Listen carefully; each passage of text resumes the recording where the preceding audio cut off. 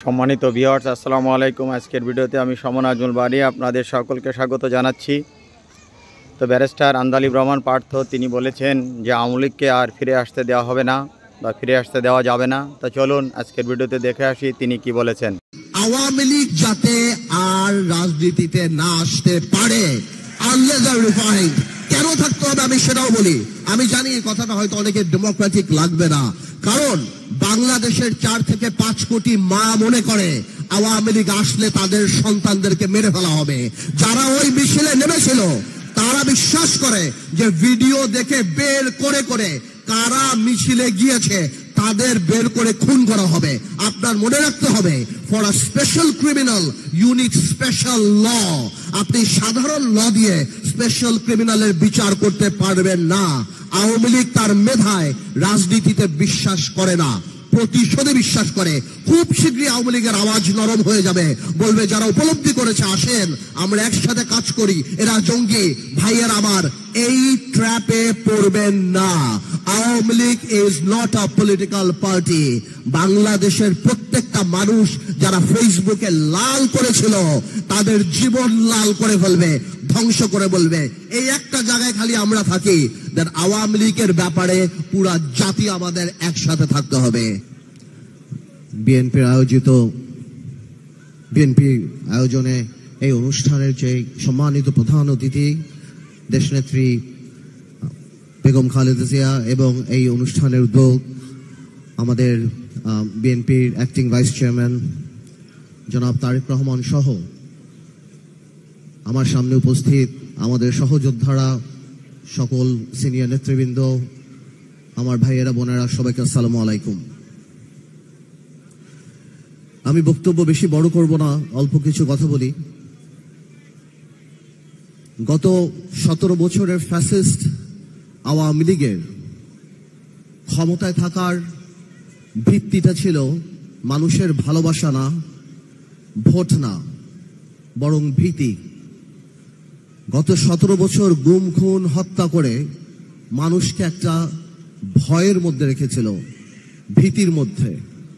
কিন্তু আওয়ামী লীগ উপলব্ধি করেনি যে এই ভীতিটা একটা পর্যায়ে ঘৃণায় রূপান্তরিত হবে এবং ঘৃণা রূপান্তরিত হবে গণ অভ্যুত্থানে। আমি আরেকটা কথা সবসময় বলি, জেল থেকে বের হওয়ার পরে বলেছি, আমি বিশ্বাস করি তাই আমি বলি, আমি একটু স্পিরিচুয়ালিটিতে বিশ্বাস করি, ডিভাইননেসে বিশ্বাস করি। একটা মানুষ বা একটা দল, কত বড় একটা রাজনৈতিক দল, কিভাবে বাংলাদেশের মানুষের মনের মধ্য থেকে উঠে গেল, কেমন ভাবে এত বড় একটা ঘৃণার পাত্র হিসাবে পরিণত হলো যে আজকে শুধুমাত্র সামাজিক ভাবে বাংলাদেশি ইতিহাসে কোন রাজনৈতিক দলের এমন পতন হয়নি। তার মানে কি পরিমাণ অপরাধ না করে থাকলে, কি পরিমাণ আমানত খেয়ানত না করে থাকলে একটা রাজনৈতিক দল যার এত বর্ণাঢ্য ইতিহাস ছিল সে মানুষের মন থেকে যে উঠে গিয়েছে। এমনকি এরশাদ সাহেবেরও পতনের পর 2 দিনের মাথায় আমাদের মনে আছে, আমরা ছোট ছিলাম, মিজান চৌধুরীকে আমি দেখেছিলাম সেই সময় পার্টি অফিস করে দল করতে।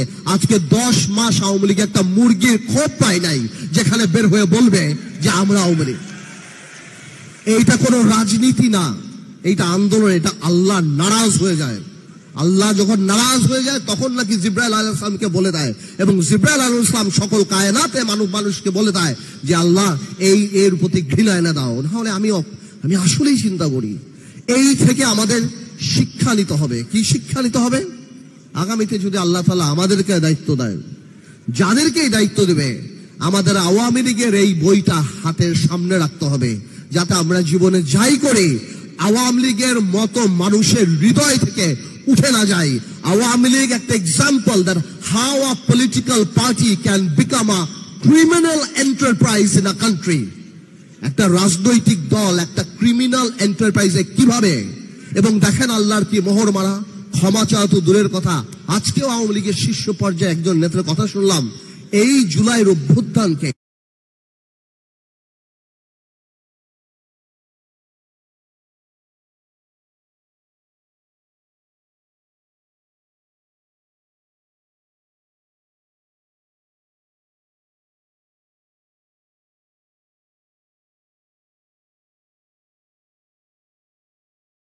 কখনো মেনে নিতে পারে।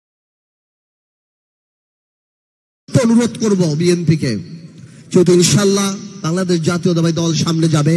গত 9 মাসে আমি বিএনপির মধ্যে সাংঘাতিক ইনক্লুসিভিটি দেখেছি, মেন্টালিটি দেখেছি, সবাইকে নিয়ে কাজ করার। এটাকে আমি অত্যন্ত সাধুবাদ জানাই। কিন্তু আমি একটা অনুরোধ করব, সবকিছু জাতি গঠন প্রক্রিয়া এক হবে না, তাহলে তো ডেমোক্রেসি থাকে না।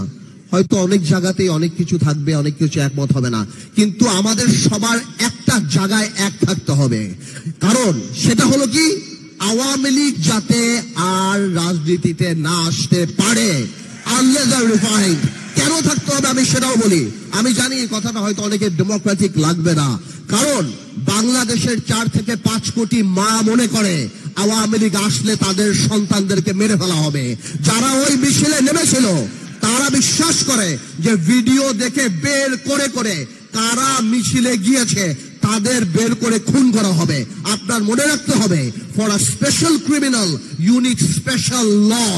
আপনি সাধারণ ল দিয়ে স্পেশাল ক্রিমিনালের বিচার করতে পারবেন না। আওয়ামী লীগ তার মেধায় রাজনীতিতে বিশ্বাস করে না, প্রতিশোধে বিশ্বাস করে। খুব শীঘ্রই আওয়ামী লীগের আওয়াজ নরম হয়ে যাবে, বলবে যারা উপলব্ধি করেছে আসেন আমরা একসাথে কাজ করি, এরা জঙ্গি। ভাইয়ের আমার, এই ট্র্যাপে পড়বেন না। Awami League is not a political party. বাংলাদেশের প্রত্যেকটা মানুষ যারা ফেসবুকে লাল করেছিল তাদের জীবন লাল করে ফেলবে, ধ্বংস করে বলবে। এই একটা জায়গায় খালি আমরা থাকি, দেন আওয়ামী লীগের ব্যাপারে পুরা জাতি আমাদের একসাথে থাকতে হবে। আমি আবার আন্তরিকভাবে ধন্যবাদ জানাচ্ছি এই ধরনের অনুষ্ঠান করার জন্য।